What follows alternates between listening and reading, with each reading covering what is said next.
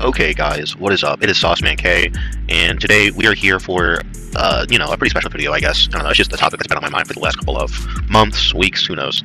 But today we are here to talk about, as you can probably gauge by the title of whatever I make this video, the Toji agenda, or the case for Toji, or the Toji narrative, or whatever I want to say. But yeah, we're going to be arguing for Toji today. So, I guess I'll just state my premise, the bread and butter claim, and then go from there. So, I think it's pretty I'll just say easy to make the case that Toji is top 5, top 3, one of the strongest characters in the series, okay? And I think I'll define strongest as in, I'll use two explanations. I'll say strongest as in he can beat most people, and strongest as in he has advantages that many people do not have. So whether that be stats, whether that be speed, whether that be whatever, it's gonna be basically just Toji beats people or has better stats or better categories than people, basically. That's the point, okay? So, for starters, I guess I'll address the biggest argument, or the easiest, most prevalent argument that people say, and probably just think off the top of their heads, is that, how can Toji be top in the series when he lost to this character? I think you can also see my mouse here. This is Teen Gojo. All we have to do here to explain this is, number one, look at this. Okay, this description for the ability, the Hollow Purple, this is what it took to kill Toji. Gojo couldn't just do it with his raw strength, or his movement speed, or his blue, or his red, which he had mastered at this point. He had to use red and unlocked and fully transcended. That's the whole point of this scene. None of those abilities could kill Toji.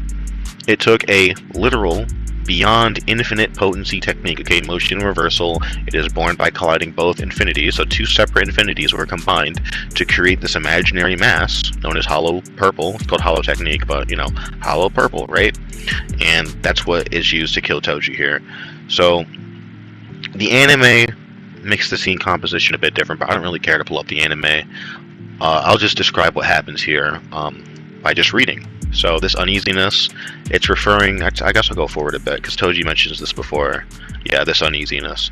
So Toji, geez, I'm getting ahead of myself so much, but there's just so much narrative to this series, okay? A lot of this stuff, or not a lot of this stuff, it's all written literature. It's all written, right? So there's a narrative applied to everything. There's a cohesive story being told. It's just so interesting. Okay, so we see here this uneasiness. Okay, Toji's instincts, his reflexes, his awareness, his sensitivities, whatever. It's picking up on something. He's aware that there is a massive thing coming. There's a massive attack coming. Whatever, right? We can actually go right here real quick, because I thought this thing was a bit later, but yeah, Toji's picking up on something being wrong, and he's analyzing the situation. He's saying, okay, stopping his technique hasn't been the issue from the start. I can nullify the attraction technique of my extended reach inverted sphere, which, utilizing the chain, which this chain, by the way, is stated to be able to extend infinitely, right? An unlimited length chain, which, not to say it's practical, but in theory, if this can extend infinitely, Toji should be able to wield it, right? Or at least a massive amount. So it's just, goes to show how much weight Toji can, wield or lift or, move or affect if he's able to actually wield this infinitely extending chain. But yeah, so like it says, he's not able, or sorry, stopping his technique hasn't been an issue, blah, blah, blah. He's always been able to do that. He can nullify the blue, right, with his extended reach inverted sphere or whatever. And as long as he doesn't mess up the timing, he can use the inverted sphere, right, blah, blah, blah, to negate anything that Gojo throws. However, he feels this uneasiness. He's aware, his reflexes, his senses, whatever, they're alerting him to something else that's afoot, but he chooses to ignore it, okay? He uses his hubris, he uses his pride, which is later described in this scene here. I'm just going to skip past this, because I'm sure that we've all read the manga, we've all seen the anime, we all know what happens here, and like I described earlier, this is a beyond infinite potency technique known as imaginary mass, aka Hollow Purple, that is used to kill Toji, okay? Cool. So we see this uneasiness, right? I don't work for free. That's what I would always say before making a run for it. But now the awakened power of the limitless stands before me. It's probably the greatest sorcerer alive. Whatever. I wanted to discourage it, discredit it, and crush it. The pinnacle of the Jujutsu world and the Zenin family, right? Just read it. Just read the text, okay? Point being, Toji was aware of what was coming. He literally sensed it beforehand, okay? He was aware, and he chose to not dodge, he chose to not really react, he chose not to try to do anything, he chose to just face the thing head on. He thought that he could take it, He was just like, alright, whatever, I'm just gonna, I'm gonna stand here and mong this thing, basically. I'm gonna I'm going to face it head on. Whereas he's telling himself after the fact, oh, I could have just dodged, maybe I could have nullified it with the inverted spear, but I wanted to actually face this thing and really, see what was up so I could prove myself, so I could actually, validate my own internal whatever, right? And that's why he says, oh, I thought I had set that shit aside. I thought, I'd given up this pettiness or whatever. So that's the context for why Toji dies, okay? It takes a beyond infinite potency technique, and that in it of itself, that phrase always kind of trips me up, but yeah, that by itself wasn't even enough to take him down, because there's so many instances beforehand, like I just described, where he's aware of this thing coming, and he chooses to not disengage or chooses to not engage in a different manner. He chooses to face it head on, and I mean, of course, if you face this thing head on, you're gonna get fucked up, right? Unfortunately, it's beyond infinite potency, right? So it's a pretty tough thing to handle, unless you're Sukuna, of course. Which I guess I should preface. I hope nobody got this idea that I'm not saying that Toji's the strongest in the series. I think Toji is comfortably below a full power Sukuna. I think full power Sukuna is easily the strongest character in all of Jujutsu Kaisen. If you disagree, we can talk about it. It's not very complicated. If you've seen the manga, if you read the manga, you understand the narrative, you understand what I'm saying is true, okay?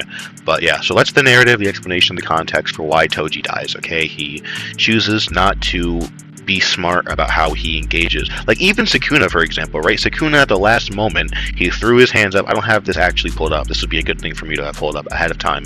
But even Sukuna, when facing the 200% Hollow Purple, he throws his hands up at the last moment to try and defend himself, to try and react to this attack. But Toji doesn't, right? Toji thinks they can handle it. He doesn't think that Gojo has anything in his arsenal that he can deal with, or that he can't deal with. He feels completely and totally confident in whatever Gojo's about to throw out. So he lets it happen, and then lo and behold, oh shit, I actually can't handle this. It's beyond infinite potency. It's imaginary mass. So he gets fucked up, and that's when, that's this whole explanation. He's like, oh, I could have normally handled this. I could have normally dealt with this, but I chose to be full of hubris and prideful and not be smart about things, which the whole entirety of this narrative, or sorry, narrative is the right way to say it, but the arc, the whole hidden inventory arc is, oh, Gojo's the strongest, Geto's the strongest, they've gotten lazy, lackadaisical, they've been full of hubris, whereas Toji has no hubris. Toji is, no pride. He's all calculating, he's all, smart and cynical and whatever, calculating, stuff like that, right?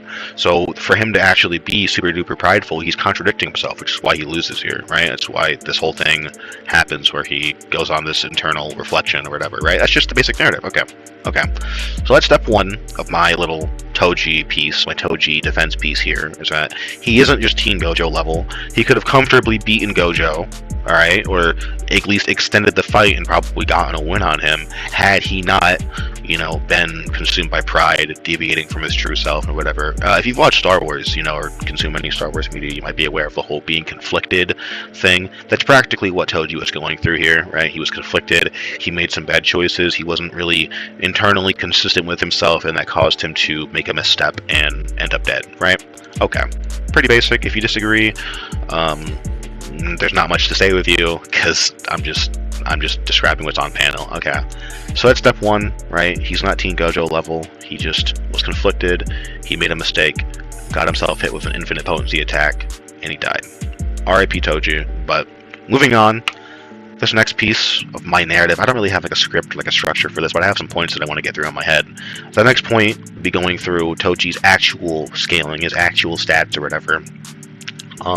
So for this segment right here, the primary thing to focus on is this. Toji is noting that Gojo has a severely high, or super high, whatever the fuck you want to say, level of instinct, right? The sharp instinct that can detect me even when unarmed, because Gojo is able to react to Toji's movements. He has a sort of read on where Toji is, even when he's unarmed, blah, blah, blah, blah. But he does note here that, he can keep track of the six eyes, or sorry, with the six eyes, he can keep track of the inverted spear, and, obviously we see it wasn't enough, though, unfortunately, Gojo gets that. But the point here I'm making is that Toji has a read on Gojo's reactions, right? Gojo's reactions, whatever. Like, the fact that he's making this statement implies that he is above this level, right? It's I don't really know how else to describe it. Like, you see it a lot in media where, like, a villain's like, oh, you've reached this level, or blah, blah, blah, blah. Like, Madara does this a lot in Naruto Shippuden, where he'll give, like, kudos or credits to a character's ability or stat, but, like, the reason why the villain's doing that is because they themselves are already above that tier, right? That's why they're not threatened. That's why they're giving kudos or whatever.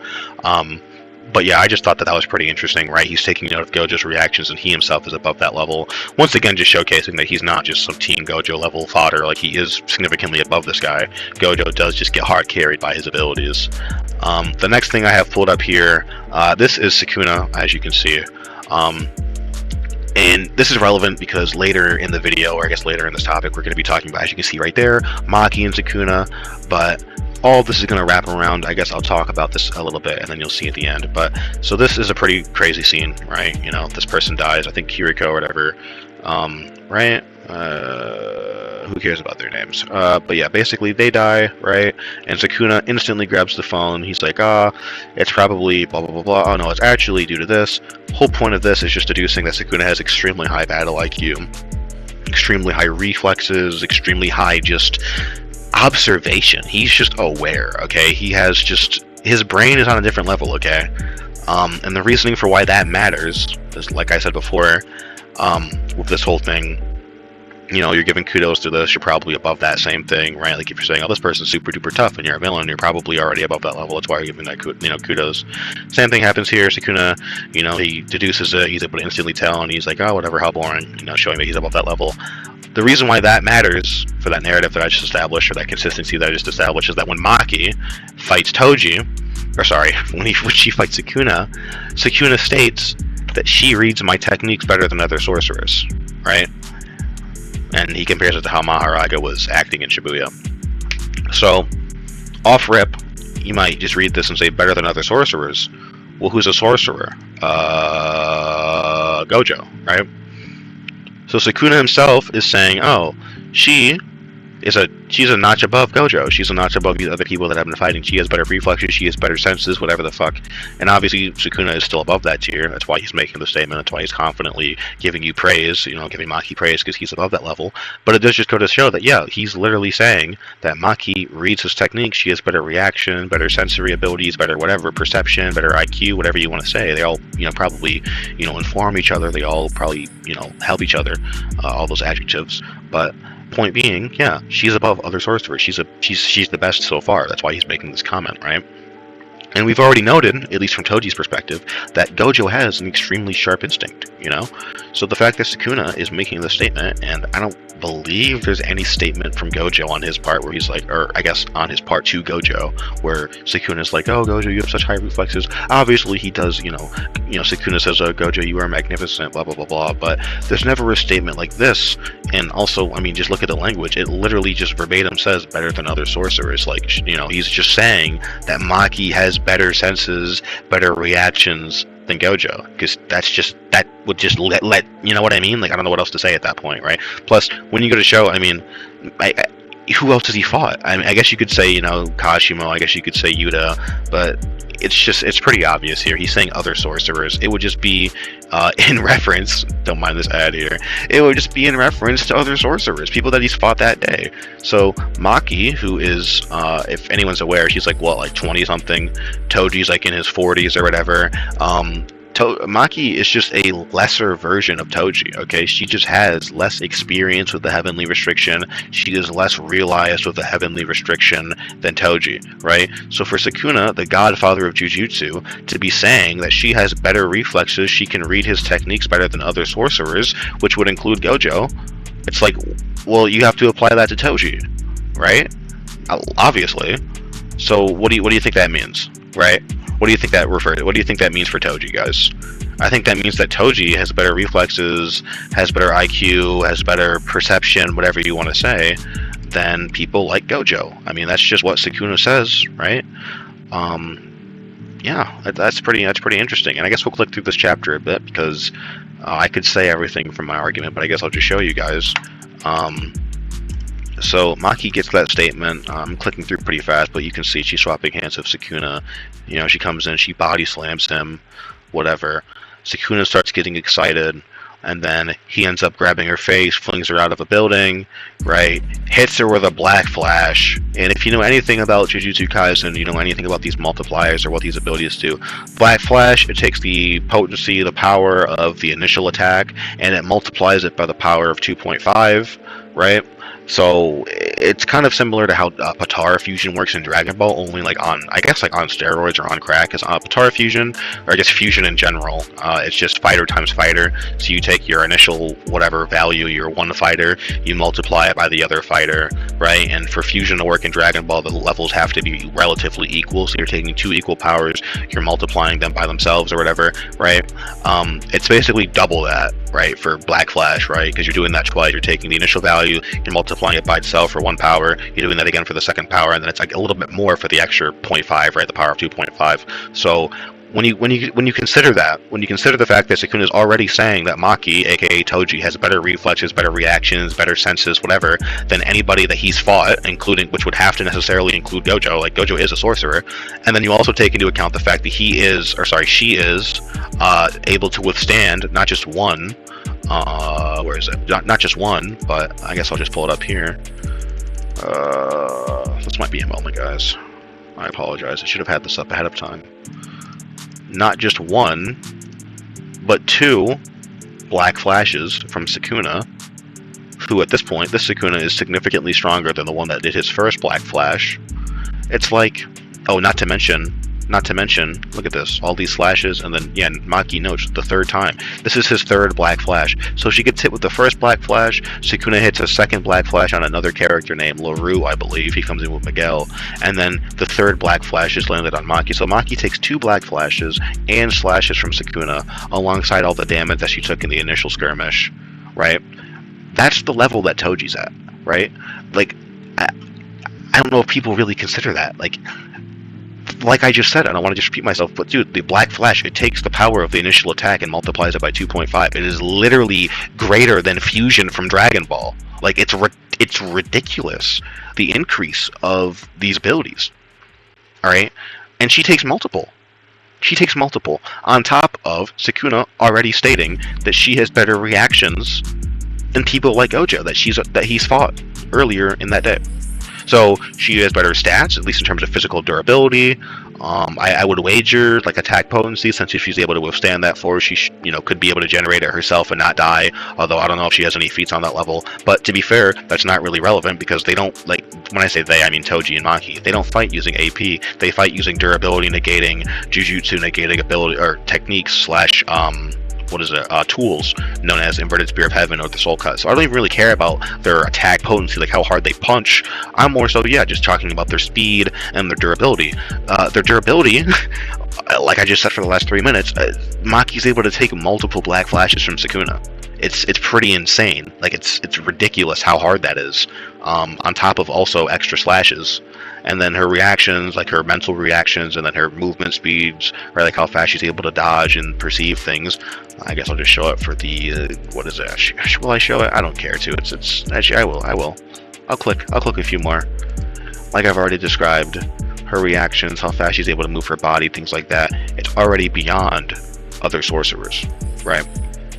Which would have to include Gojo. Okay, that's the main meat and potatoes of this video so far. Okay, it's this statement. I don't think anybody really talks about this. I guess you could just say, oh, he's not talking about Gojo here, but dude, he literally says better than other sorcerers. Like, I guess you could just be dishonest and say, oh, he's just talking about random, B-tier sorcerers that he fought thousands of years ago, or maybe he's just talking specifically about Yuta. But then I would say, well, if he is just talking about those random people, why wouldn't he say, oh, she reads my technique better than people from all those years ago? Or if he's talking about Yuta, why wouldn't he say, oh, she reads my techniques better than the cursed brat or the possessed brat? Or if like, he's clearly talking about people, like everyone in totality that he's fought, because he just says better than other sorcerers.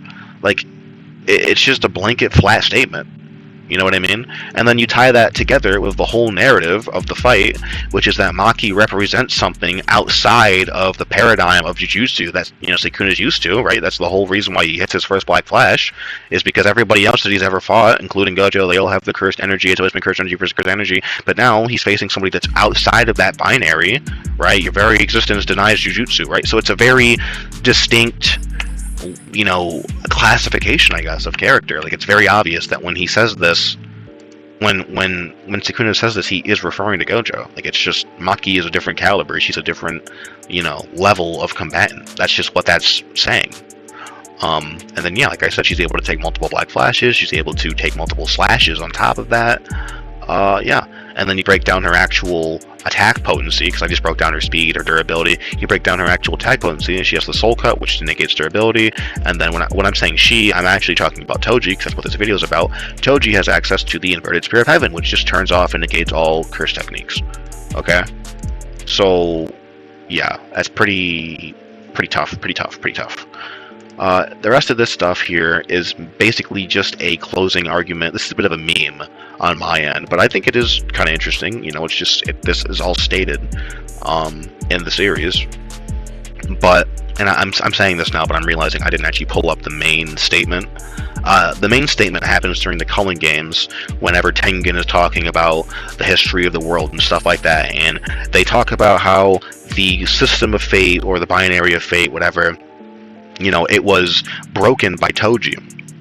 I could have pulled that statement up. I don't really feel like it, but I'm sure anybody watching this video is aware of that statement. Yeah, Tengen basically just says that the entire timeline of events, everything that's come to transpire over the last 12 years, all of it was born, you know, was made possible due to Toji's interference. He shattered fate, he changed the world, he changed the universe, things like that. Like, it's all because of him. He had that effect on reality, okay? That's why all these events surfaced. I mean, this is one that I pulled up. I should have pulled up the, you know, the Culling Game statement that I'm referring to, but it's all thanks to me, right? And he has the halo on his head. Like, he almost is like, I don't want to say Jesus, but it's like he is the founding father of the series, right? Like, he is the reason why all of this is transpiring. He set the course of fate in the direction that it went, right? He shattered whatever structure that was, you know, holding everything else into account. He shattered reality. He broke reality. He broke fate, right? Like, that's what's being described. So we have that. Like I'm saying, the Culling Game statement from Tengen, which anybody can look that up. All you'd ever have to Google. I would Google it, but I'm a bit lazy, and I also don't want anything crazy to pop up in my search bar. But all you would have to Google is like Tengen, Toji broke fate, or, you know, Toji broke fate, Culling Game statement, anything like that, or just rewatch the anime when, you know, Tengen's breaking down the rules for the Culling Games. You'll see what I mean. So you have that statement. You have this this panel, which volume 25. I don't know the exact chapter, but yeah, you have this statement. Which, you know, just everything's thanks to Toji, right? And then you obviously have the Halo. You have this, you know, this little segment, which I think this is so funny. This is the afterlife, right? This is what happens. Sorry, minor spoilers, but Gojo dies. Okay, guys, Gojo dies, right? Yeah, he dies.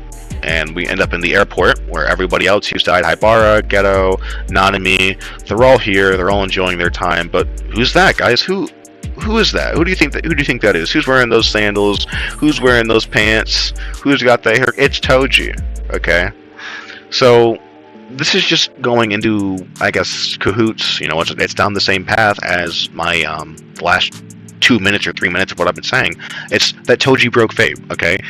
By all accounts, Toji is evil, okay? Toji is a bloodthirsty killer who spent his life doing whatever evil deeds he did, you know, just killing people to make money, whatever, right?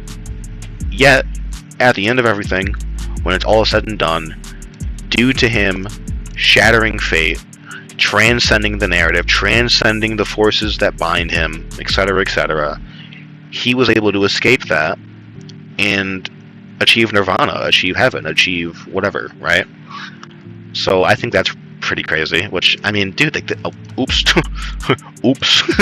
But yeah, dude, that's in the manga. Like, what am I supposed to take from that? This is just true. Okay? This is in the manga.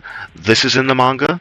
Okay? The statement from Tengen talking about Toji shattering fate, that's in the manga. What am I supposed to take from that? Is it all just imaginary, right? I pray this isn't all just my imagination. Is that true? Like, is that what this is all supposed to be? Like, what does this all mean? You know what I mean? Third and final piece of evidence. This is from Majulo. aside from exceptions like Maki, dot dot dot, and I like how they couldn't just say Toji. I guess Yuji had never met Toji, but aside from exceptions like Maki, who had a heavenly restriction and innately offered something in return for a boost, physical boost, whatever, blah blah blah, you can't get rid of cursed energy. That's just our fates as human beings. So the obvious point here being that there is a fate, okay, there is this overarching, I don't want to say outerversal, but this omnipresent, you know, overbearing, just universal sense of fate, of, you know, continuity, of things like that, chronology, whatever you want to say. What's another word? I just had a word for it. I can't think of the word. Jesus, whatever. Who cares? But yeah, you have this overarching, just, you know, force that binds every being, and Toji was able to transcend that. He escaped from it. He's the one that is free from it all, or whatever that, you know, the quote is, right? The one free from it all, the one who left it all behind, right? That is Toji. Okay.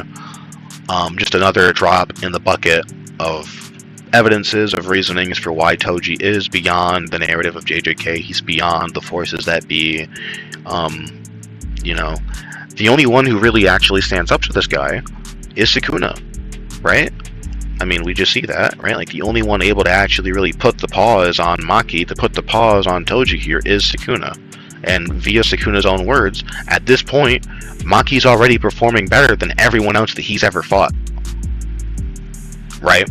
Not obviously in terms of damage, although, I mean, is this more damage than Gojo ever caused to Sukuna? That's debatable. I think so. I mean, I don't know if Sukuna, I know he took brain damage, but, like, is that, like, was his brain, like, actually, like, shattered or anything? I don't know. I think gouging out your internal heart, right, your organs, might be a bit more whatever. I know Gojo does, like, crush his lungs and all that, but I don't know. This is a pretty serious injury, I guess. Obviously, down here they're joking, right? Sukuna doesn't give a fuck about having his heart cut, but just in terms of actual, you know, bodily anatomy, I think having a fucking sword, you know, driven through your heart and splitting it in half or whatever, probably a bit more severe than the physical damage that Sukuna sustained from fighting Gojo. Although I will cede that the mental damage, whatever happened to his brain, because we don't actually get panels of what's happening to Sukuna's brain. We get that panel of Gojo's brain bleeding, which we can just see he's literally, like, it's straight up brain hemorrhaging, straight up just physical damage being attributed to his brain.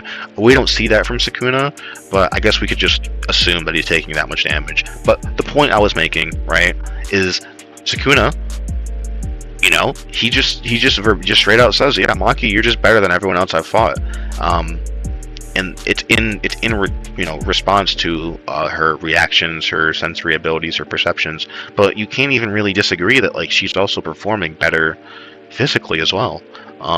Obviously, in terms of the damage that she inflicted on Sukuna, that's what I've been talking about for the last 2 minutes. But then, like I said before, the fact that she's able to not only just go blow for blow, swap hands, fling each other through buildings and such, but also, yeah, take these slashes, which, if you see, he's touching her with her palm, or touching her with his palm, and that would translate to a cleave, which that's the one that Sukuna can actually augment to be, you know, stronger to your level, right? So she gets hit with that alongside the Black Flash that I spent time talking about previously. All in all, it's just like, yeah, how is Maki not above Gojo? Like, just think about it, because when I just said that, oh, how is Maki not above Gojo, immediately people are thinking Infinity, Hollow Purple, but just think about it, okay? Take that out of the equation, okay? Don't think in your head, oh, well, Maki would never hit Gojo because he has the barrier. Oh, well, Gojo would just mind hacks her and destroy her brain of Infinity or Hollow, whatever. Who cares? Just think about in just terms of a straight fight, like speed, power, durability, all those things. Why is Gojo not below these characters? Okay? Before you answer, because I know I just told you to think about these things. Also, think about this. Think about those scenes. I don't have them pulled up right now. I could, I'm lazy, I'm sorry. But just think about those scenes when Sukuna is fighting Gojo, and Maharaga appears, and you see that just look of shock on Gojo's face. And then you see him say, actually, wait, do I have that pulled up? Oh, I don't think I do. Wait, it might be right here, though. I think it might. Here, let's go. Let's go a bit. Oh, man. Because I really do want this to actually be showed. I want this point to be proven. Uh-oh. Yeah, we're a bit far. We're a bit far.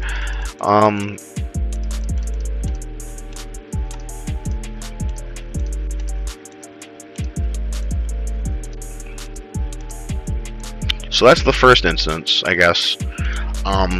This is obviously really bad, right? Look at Gojo, he's just pretty shocked right there. He doesn't really know what to do. He can't react, he can't do anything, he gets sliced. But there was another instance I was thinking of. Jesus, dude. I don't know why I have this in volume, it makes this so much worse. Yeah, here it is, okay. Yeah, so like I was saying, I forget the exact wording I was just on like 2 minutes ago, but just think to Gojo's face, okay, the horror, the astonishment, the terror that he has when Maharaga appears. Look to him saying, curse technique reversal, and before he can even use the ability, Maharaga shatters his domain, okay? What? What? He's already... ... Okay, Gojo just got blitzed. He did. He just flat out got blitzed. He could not react in time to Maharaga, okay?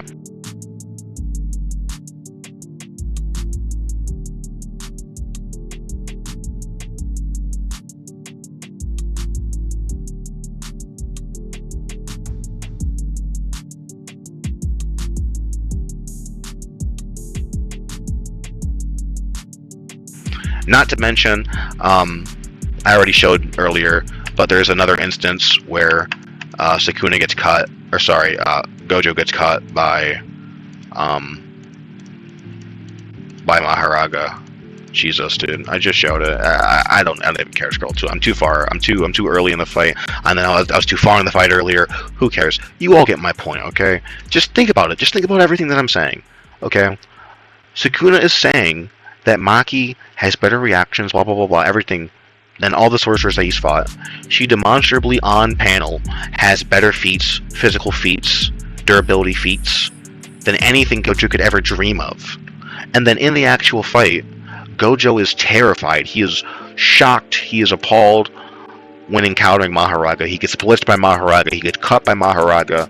He gets his arm, chopped off by Maharaga. All of this is, it's like I don't know, dude. What do you even say as a Gojo fan? Like, the only reason for why he's on the highest tier that people think he is because of his abilities, right? Because of his infinity, because of his whatever. Without those, he's really nothing. He's really not anything. All right. Yeah, that's why people like Maki are just flat out. They just have better reactions. They have better movements. They have better perceptions than Gojo. That's why they have better stats. They have better physical durability than Gojo. Yeah, it's because he's not that crazy outside of his specific hacks. Which his hacks are strong. I won't disagree, right? But there are a lot of ways to get around them, such as, or you also just have the fact that Toji didn't even need the inverted spear. He literally says that he could have left. He could have just dodged. He could have just ran away. He could have escaped the Hollow Purple, but he chose not to. Okay? Okay. Yeah, I think that's a good place to maybe end the video. I didn't give any actual speed scaling or number based scaling. I don't really care to do that in this video. Mostly because anything that you do in that manner, it's ultimately just not accurate. It's based on things that we see in series, but the in-series, showcases for these characters are not their maximum abilities. You know what I mean? Like, Toji never demonstrates his maximum speed.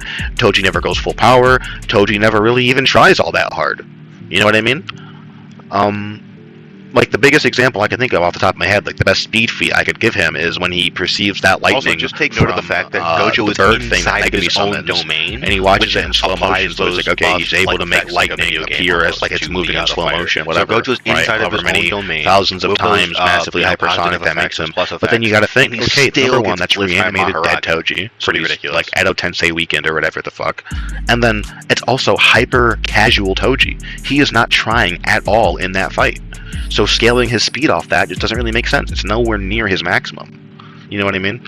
And then we see that a character who is not as strong as Toji. I'm sorry, Maki fans. You all repost the one panel of it saying, "Oh, a demonic fighter equal to Toji has been realized." Yeah, she has equal potential. She literally has the same heavenly restriction, but he is literally 30 fucking years older than this person. Not to mention that he has tools that she cannot replicate. She cannot account for the heavenly, the inverted spear of heaven. She cannot account for the inverted, the 1,000-mile chain or whatever, and whatever other tools that Toji has in the curse. On top of the fact that, like I just said, Toji has 30 fucking years of experience on this person. Okay, she cannot just replicate that. I'm sorry, Maki fans. All right, so at the end of the day, Toji is better refined, he's more realized, he has better tools in his arsenal than Maki, and we literally see that Maki is able to withstand multiple black flashes from Sukuna, which I've already described. Those black flashes have multipliers greater than Dragon Ball Fusion. Dragon Ball Fusion is fighter times fighter. You have to be equal in power to fuse in Dragon Ball, which is the same idea as a what is it, like multiplying something by the power of something, right? So the power of 1, you take the initial value, you multiply it by itself, whatever, 10 times 10, or 10 times the power of 1 is 100, because 10 times 10, it's basic math, basic terms, stuff like that. So you take the power of 2.5, which is what the black flash is described to be, and then you realize, oh, it's not just fighter times fighter, x times x, it's x times x, and then plus x times x, plus whatever 0.5, x times x plus, and it's like 0.5 or whatever, right? And that's your final value for how much potency you're generating from a black flash. And Maki took that twice, like, on top of already being stated directly from the god of fucking Jujutsu, to have better perception, better reaction, better speed than Gojo. Like, what else? Yeah, that's all there is to say, I think. I'm sure people are gonna disagree if they feel like commenting or whatever, but dead ass, dude, I don't know if there's anything else to disagree with. Like, this is, I guess I could just be misinterpreting every word that I'm reading, and my internal framework for understanding language could be warped. But I don't think there's anything else to say here. I think this is pretty cut and dry, right? But yeah, that is the Toji agenda, the argument for Toji, I believe. I'm Sauceman K, and I will catch you guys in the next one.